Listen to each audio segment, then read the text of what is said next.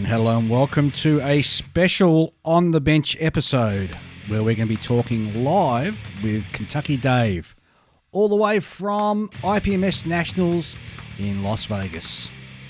Established in 2016, the Scale Modeler Supply has developed a comprehensive range of premium acrylic lacquer paints designed specifically with the Scale Modeler in mind. Certified Australian made, SMS paints are tough and durable with a fast drying time that have been designed to use straight from the bottle, taking all the guesswork out of airbrushing. Simply shake and spray. The ever-growing range of SMS paints will suit all types of model builders, be it military, aircraft, cars, train, science fiction or gunpla. SMS premium acrylic lacquer paints will have a colour to suit you. SMS products are available through a trusted network of stores across Australia, New Zealand, Singapore, the US, and are also now available for the first time in the UK through From Model Centre. Check the SMS website at www.scalemodeler.com.au to find your closest stockist. These paints are on my bench and I use them all the time, so I know that you will not be disappointed.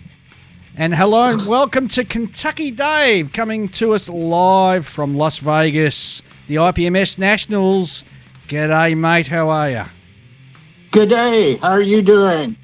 Well, crying crocodile tears because we can't be there with you, but man, we've been following what you guys have been posting on Facebook and everything, and it looks like you're having a wow of a time. It's been fantastic. Wish you were here. We've been missing you. Wish you and all of the European and the Canadians and the other vendors could be here with us. So where are you at the moment? Tell me, describe to the listeners where you are and what you're doing. Mike and I are sitting in a hotel room. It's about 8 o'clock at night.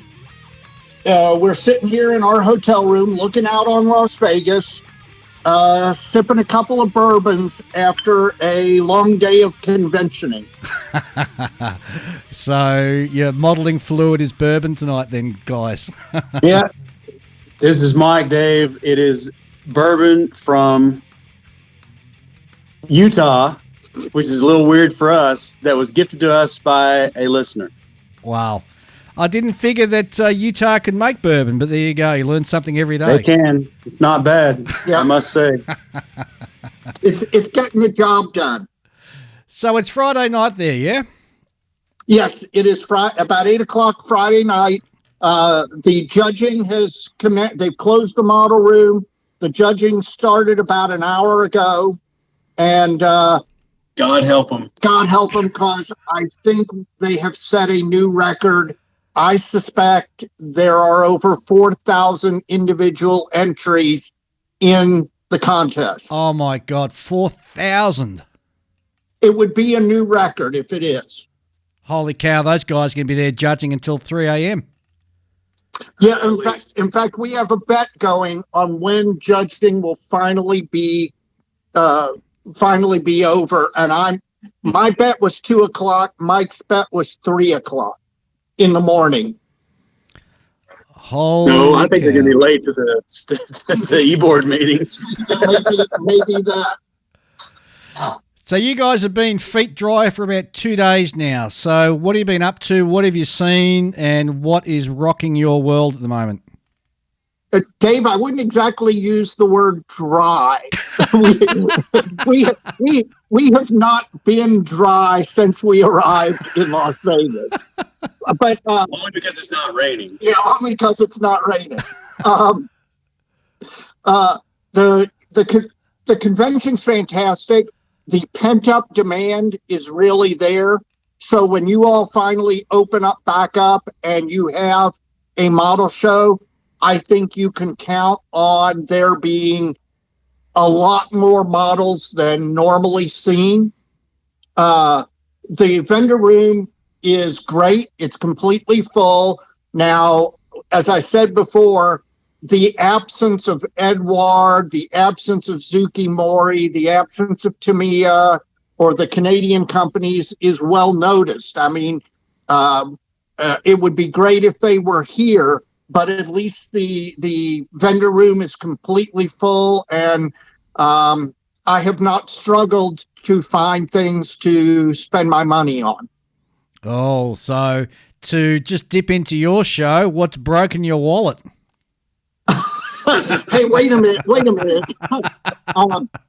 Actually, I've got, there's a company here that is doing 3D printing of kits, and they have done a 3D print of a German World War I fueling cart in 72nd scale. That is awesome.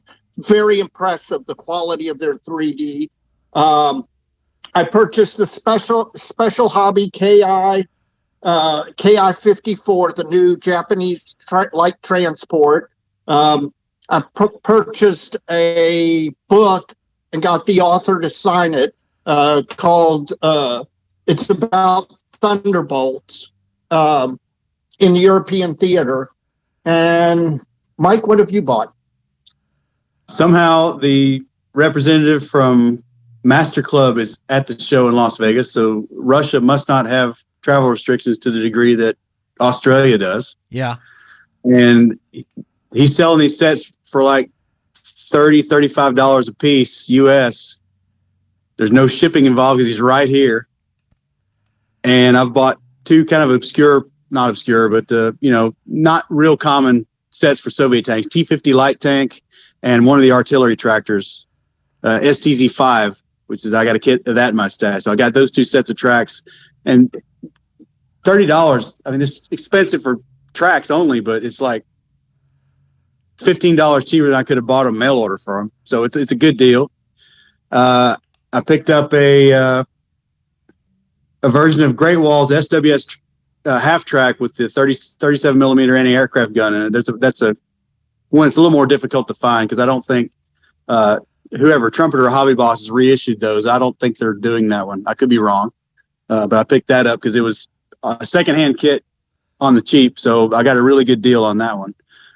Some photo etch for 72nd scale Kingfisher, and that may be it so far. Yeah, we've got at least one more whole day in the vendor room, and that's when the deals start getting made, because these vendors don't want to take some of this stuff home. So the afternoon you start seeing vendors announcing sales and blowing stuff out. So I still have some money to spend. Well, if you don't have any money, there's always a credit card. You know that. Stop. Truly, I bring cash because I want to establish a hard budget, because I know myself, and if I start dipping into the credit card, it's not going to be pretty. Well, it's great to hear you guys are having a fantastic time in regards to sales and everything. I hope you brought some empty suitcases to transport all that stuff back home. We did indeed. So tell us, paint us a picture of the tables in regards to the models that are on there. You've said there's you estimate something like 4,000 kits. What's the quality? What's the standard like? Stunning, unbelievable. In fact, we were talking about this earlier as we were sitting at our table. The average level of quality has increased in the last few years by measurable amounts, to the point where you don't see models that stand out as being, I don't want to say substandard or average, because that's I don't want to be pejorative, but the quality top to bottom is just amazing, including some models that, just to give you an example, there is a 48 scale vacuform short sterling on the table that is just unbelievable, breathtaking. Wow. Well, it's awesome. So what do you put down? I mean, what can we put our finger on as to why is it just because people had so much time to sit and build, or what's behind this sudden rising tide of fantastic models? Or as you said, there's without being pejorative, there's no sort of minor league sort of stuff there. It seems everything there is sort of the A League. I of things, David. I think as I've said time and again, engineering of kits has improved so much that turning out an acceptable model is easier than it was 15 or. I think that YouTube, people sat home during COVID and built and watched YouTube videos about techniques. Again, we were talking about this before you called. Airbrushing is a perishable skill. It's not like riding a bicycle. If you don't do it the time, your skills degrade. I think people, because they were sitting at home building more, got more use of the airbrush and therefore ended up getting better and better. Sure. Well, you got to wonder where the hobby can go from here. I mean, if people are sort of producing masterpieces that are going to make a judge cringe when he looks at it on the table, what does the future hold? You got to ask yourself. I don't know, but I will tell you that the judging tonight, not only is it going to be difficult because there are 4,000 models on the table, but it used sweep of a category, you could exclude a third of the models without having to give them too hard of a look. Yeah, I don't think that's true at this show. I think 90% of the models are going to have to get a hard look. Wow. Well, as I said, I'd hate to be a judge there, and as I said, I hope they're going to feed them and have plenty of coffee for them to drink, because it's going to be a long, long night. Well, I won't take credit for this, Dave. This is Mike, but Jim slid his little note here and says there's a lot of national convention first-timers here who've been building but not been doing a lot of contests and shows. So we're seeing a lot of fresh, new stuff. Yeah, absolutely true. Any standout models on the table where you just walk past and your jaw just drops? That short Sterling is jaw-dropping. I've left a note by that builder's model. Hopefully he'll give me a text or come by our table tomorrow, because I really want to talk to him, because I think vacuform is kind of a lost. Well, apparently it's not that lost, but it's certainly not considered by most modelers as a well, I'd have to say that vacuum form scares the heck out of me. Looking at that model, you look at the model, and I don't know how long it took him to finish it, but some time ago, that was a bag of 4 or 5 sheets of white crappy plastic. Yeah. And it is stinking amazing. It's the damnedest thing I've seen in a long time. And there's another modeler that I want to talk to tomorrow that built 2 pre-war Yellow Wing. What were they, Dave? A Brewster Buffalo and a SB2U crap. Devastator. And given that you've talked about in your podcast a lot that yellow's hard to paint. Yeah. And this guy not only has got some damn nice yellow wings, but he's weathered it really well. I'm just really curious as to how he proceeds with doing something like that, because I want to do it something. I got some kingfishers to paint, and boy, I really wish they'd look like his when I get done. Well, I've got to tell you, I'm painting my Musaru Cup model yellow, so I definitely wouldn't mind taking a few tips from that guy when you have him on your show. We'll see if we can get him on, because I think he did an outstanding job. Hey, Dave, you would love the ship categories here are. Dave, I know you'd appreciate the ship categories here are full to overflowing. There's a scratch built Civil War gunboat that's amazing. And somebody has built one of those 200 scale trumpeter Yorktown or Hornets that is just really impressive to look at. It's a shame you're not in Omaha. Yeah, just stop it. You're making me cry. You're making me cry so much. I got tears of pure sadness is rolling down my cheeks listening to that, man. Oh gosh. What about catching up? Dave, I can't tell you the number. Sorry, go ahead. You there? Yeah. I can't tell you the number of our listeners who've come up to our table and talking on the bench and being disappointed that you all weren't able to make it here this year. So when you come next year for Omaha, there are a lot of podcast listeners here who are wanting to see and talk to you. Well, that's very reassuring to hear. And as I said, we've said many times we're very disappointed we couldn't make it, and even more so disappointed we couldn't catch up with all of our listeners over there. Speaking of which, you guys have got a fantastic table set up over there. And for those of you who are listening, it's the Plastic Model Mojo guys. How's the reception been with you having a table there? Mike, you take it. It's been unbelievable, Dave. We put out a guest registry, and we've had like 50 folks come by and sign it. We've had more people come by, but 50 people have signed our register. We've had a lot of really cool conversations with folks telling us how much they like the podcast and what we're doing, and their favorite episodes and all that kind of thing. Our favorite guests, and probably I'm without words really, because it's been really humbling to have all these people come by and say all this stuff to us, because we're just two guys trying to have a podcast, and it's amazing how much it means to people, and it's really flattering.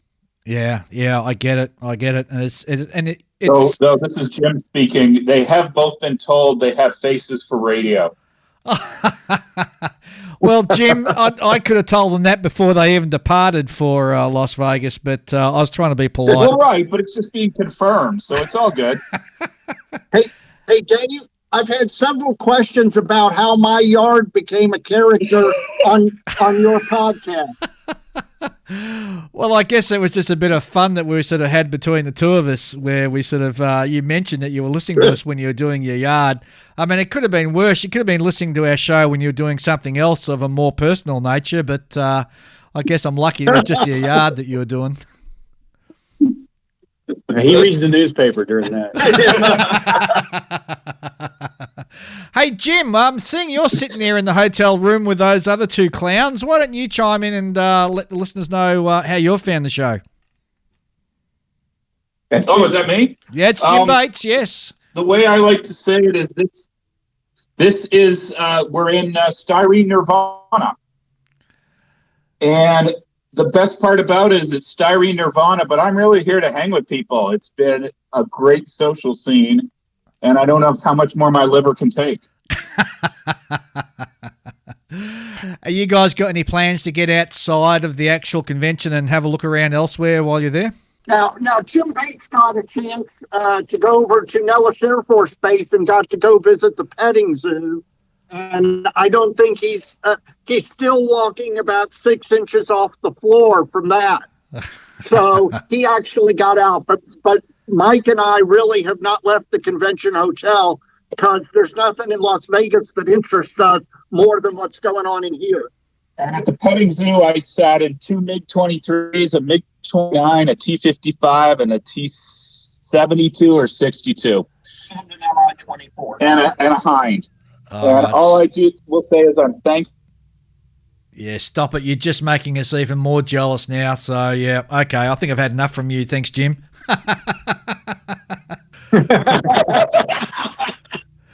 Well, guys, look, this is only just a short catch-up. I'm just going to punch this out and just send it out into the ether. We've just finished doing our 119th episode, and this will be on the back of that one. Thanks very much for taking the time out of your busy schedule. I know that I'm interrupting your drinking time, but once again, thanks very much for the opportunity just to drop in and let everybody know how things are going over there. Dave, this next bourbon is dedicated to you. Well, thank you very much, sir, and I hope you're not mixing it Wish with you were anything here. nasty. We wish you were here and look forward to seeing you next year. No worries, guys. You have safe travels, and I definitely will be there in Omaha, God willing. Thanks very much, guys, and really appreciate you taking the time out. Take care. Bye. Well, that was really cool to catch up with Dave, Mike, and special guest Jim, who's obviously hanging out in the hotel room with those guys. Sounds like they're having a fantastic time.